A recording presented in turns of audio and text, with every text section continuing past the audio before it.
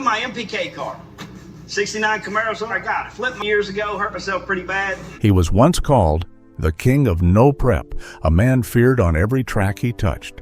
But behind the smoke and roaring engines, there were signs, dark warnings that the hero fans cheered for was not the man they thought he was. He was a man whose anger could burn hotter than his own engine. And when the pressure mounted, the whole world was about to see the real James Finney. The $40,000 betrayal. The air at Gallat Motorsports Park in North Carolina was thick with tension and the smell of burnt rubber. It was the final round of a No Prep Kings event, and a massive $40,000 prize was on the line. In one lane sat James Finney, known to the world as Birdman, behind the wheel of his feared twin-turbocharged Firebird. He was the baddest man in No Prep, and everyone knew it. The betting odds were stacked so high in his favor, it felt like a sure thing. In the other lane was Chris Pontia, or Cali Chris, a racer with a much slower car. Everyone watching, including Birdman himself, expected an easy win, but Pontia and his crew knew they had no chance in a straight-up race. They had to do something drastic. As the lights were about to drop, Pontia took a massive gamble. He didn't wait for the green light. He guessed. He launched his Chevy 2 off the line with a huge head start, a move that stunned the crowd and left Birdman sitting in his dust. Birdman's Firebird was faster, much faster, and he charged down the track trying to catch up. But the lead Pontia had bought himself was just too big. By a razor-thin margin, Cali Chris crossed the finish line first, taking the win and the $40,000. It was a shocking upset. For most racers, a loss is a loss. You shake hands, you move on.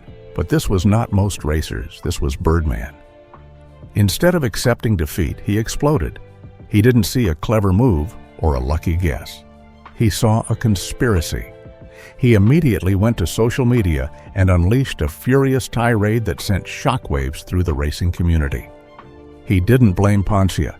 He blamed his biggest rival, Ryan Martin, and the Fireball crew. Birdman wrote that they were the fastest car on the property, but a slower car beat them by guessing on the instant green light. He claimed the Fireball crew helped Pontia with his car and convinced him that he had to guess at the tree to win. Birdman was furious that Ryan Martin didn't have the guts to try the move himself. He called Martin a coward for getting someone else to do his dirty work. The accusation was a firestorm. It drew nearly 2,000 comments filled with name-calling and arguments. Ryan Martin, a man who almost never used social media, was so angry that he created an account just to jump into the fight and defend himself. But Birdman wasn't done. He ended his angry post with a line that revealed just how deep his anger went. He aimed it not just at Ryan Martin, but at the biggest name in Street Outlaws history. He wrote, "Your daddy chief taught you well." With that one sentence, Birdman declared war not just on his rival, but on the entire establishment of the show. He was drawing a line in the sand, telling the world that he believed the whole system was against him. This was the first major public warning. It showed that Birdman operated by a different set of rules, the rules of the street, where there are no friends, only enemies. And every loss is a personal attack. But if you think this was the first sign something was different about Birdman, you'd be wrong. The warning started long before with the very name he used. The stolen name.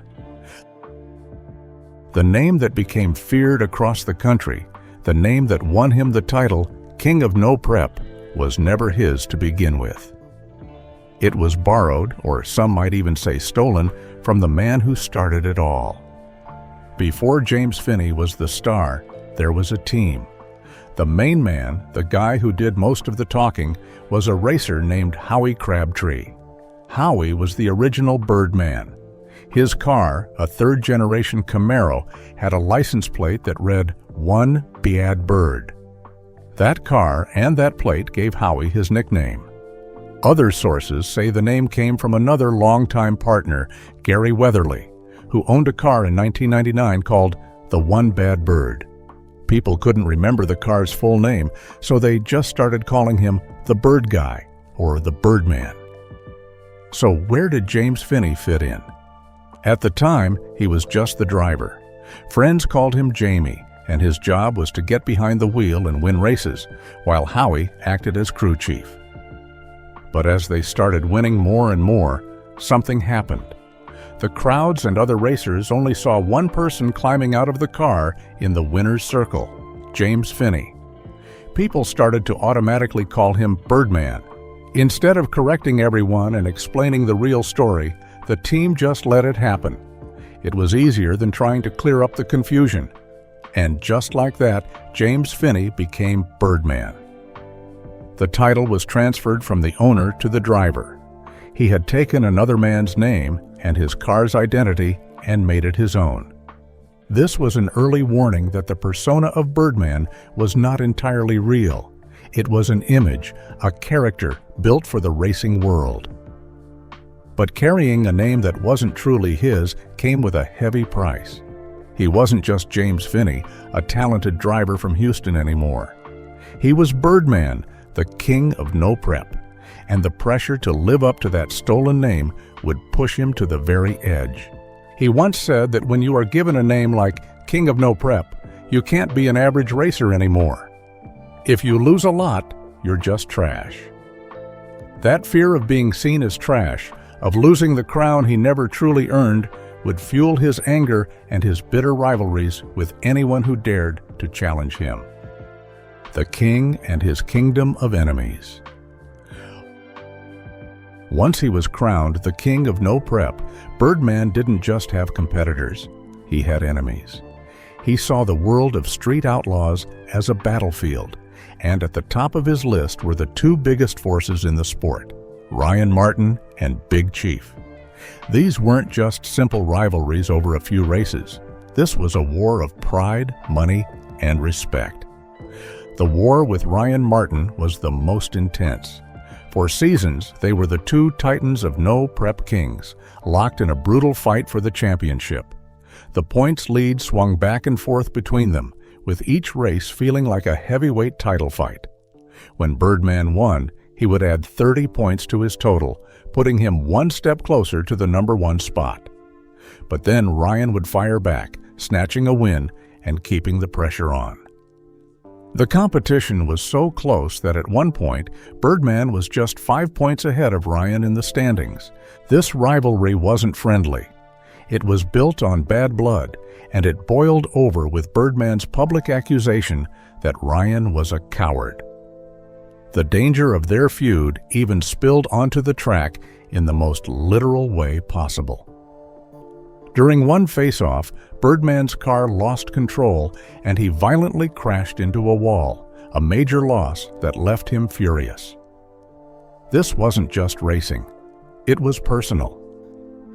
In the end, Birdman did manage to snatch the championship away from Ryan, winning the title by just 5 points in a dramatic final race. But the victory didn't end the war. While Ryan Martin was his direct rival on the track, Birdman saw another enemy lurking in the shadows, Big Chief. Birdman never raced Chief in the same way he battled Ryan, but he saw him as the leader of the opposition. His comment, "Your daddy Chief taught you well," showed that he believed Chief was the puppet master behind his rivals. To understand why Birdman felt this way, you have to understand what was happening to Big Chief at the time. Chief was once the heart of Street Outlaws, the man who built the 405 list and turned the show into a hit. But behind the scenes, things were falling apart. Other racers started to turn their backs on him. There were claims that he was trying to control everything, and tensions grew over his personal life and his dramatic exit from the show. Many racers felt he had become distant and was no longer part of the team. Birdman saw himself as an outsider, a true street racer from Texas who didn't play by the TV rules. He saw Big Chief and his crew, including Ryan Martin, as the insiders who had sold out. To Birdman, he was a lone wolf fighting against the entire system that Big Chief had created. This mindset, this belief that he was always the underdog fighting a corrupt system, would lead him down a dangerous path of pushing himself and his car far beyond their limits. A man destined to crash. For a man who lived his life on the edge, the warnings didn't just come from whispers in the pits or angry words on social media. They came from the track itself, in the form of twisted metal, shattered fiberglass, and the terrifying sound of a race car losing control at over 200 miles per hour. Birdman's career is marked by a series of brutal, violent crashes, each one a physical sign that he was pushing too hard, flying too close to the sun. One of the most frightening moments came during a race against his arch nemesis, Ryan Martin. In a high-stakes showdown, Birdman's car veered suddenly and slammed into the concrete wall. The impact was vicious, scraping the side of his beloved Firebird and ending his race in an instant. But that was nothing compared to the horror at the World Cup Finals. During a qualifying run, Birdman crossed the finish line at a mind-boggling speed. He reached for the parachutes, the one thing that could slow his car down safely. But they failed. The chutes either broke loose or didn't deploy at all. At that speed, without parachutes, the car became a missile with no guidance. It kicked violently sideways, and then the real nightmare began. The car went into a wild, uncontrollable roll, flipping over and over before sliding down the track on its roof in a shower of sparks. The safety crew was there in seconds, but the image of the car upside down and destroyed was horrifying. Afterwards, some fans and racers argued that Birdman had panicked when the chutes failed, locking up the brakes and making the crash worse than it had to be. These crashes were warnings, but the one that truly broke him came during the filming of Street Outlaws, Fastest in America. It was the most brutal wreck of his career. The Firebird, the car he had won over $500,000 in, was destroyed. Photos from the scene showed a car that looked like it had been put through a tornado. Birdman survived, but he didn't walk away unharmed. He suffered serious injuries and had to be hospitalized. Laying in that hospital bed, James Finney finally reached his breaking point. He was done. He was tired of spending the massive amounts of money it took to race at that level. He was tired of being away from his family. In that moment, he said he was just relieved it was over. The pressure of being Birdman, the king of no prep, had become too much to bear. The legend had finally crashed, and it seemed like this was one wreck he would not be coming back from. The ghost in the machine and the whispers in the pits. But the legend of Birdman was too strong to die. While he was recovering, his friends refused to let him quit. A friend who he sometimes drove for knew he was struggling financially and handed him a check for $10,000. Finney told him it wasn't enough, that it would take at least $50,000 to even think about racing again. The next day, that same friend came back and loaned him the $50,000, telling him to pay it back the next year. With that money, Birdman was pulled back from the brink. He bought a new car, a 1969 Camaro, but it was a painful new beginning. He had to salvage the engine, transmission, and other parts from the mangled wreckage of his old Firebird to make the new car run. He was back on the track, but he was a changed man, haunted by the ghost of his past. He struggled with the new Camaro, never finding the same magic he had with his old car. Even though he admitted the new Camaro was safer and better, his heart was still with the Firebird. He famously said, "I still love that car. I swear they're going to have to bury me with it. I'm putting it in my will." He was a man trying to move forward, but he couldn't let go of the machine that had made him a king. While he battled the ghosts on the track, other, darker warnings began to surface off the track. Whispers and rumors started to spread online. On forums like Reddit, anonymous users shared stories that painted a disturbing picture of his personal life. One comment claimed there were a lot of stories about Birdman and his propensity for young girls. These were just whispers, but they added to the growing sense that there was a side to him the cameras never showed. His love life was just as intense and complicated as his racing career. His past relationship with Kim Infante was described as a love tragedy filled with heartbreak, another loss in a life full of them. For a long time, it seemed like racing was his only true passion, but recently, things changed. He got married to a fellow racer, a woman whose father also races. It was a new chapter, but it came after years of turmoil, proving that for Birdman, nothing is ever simple, whether it's on the track or off. The undefeated Street King. To understand why Birdman is the way he is, why a loss cuts him so deeply, and why his pride is so fierce, you have to go back to the beginning. Long before the TV cameras, the big money, and the No Prep Kings title, James Finney was a legend on the dark, empty streets of Houston, Texas. His love for speed started when he was just a kid. His father bought him his first car, a 1967 Camaro with a 327 engine, and he jokes that it's all his dad's fault. He immediately put a nitrous kit on it and blew it up multiple times, learning the hard way about horsepower. He and his friends did the same thing the street outlaws do now, but without any of the publicity. They were racing for cash and for respect.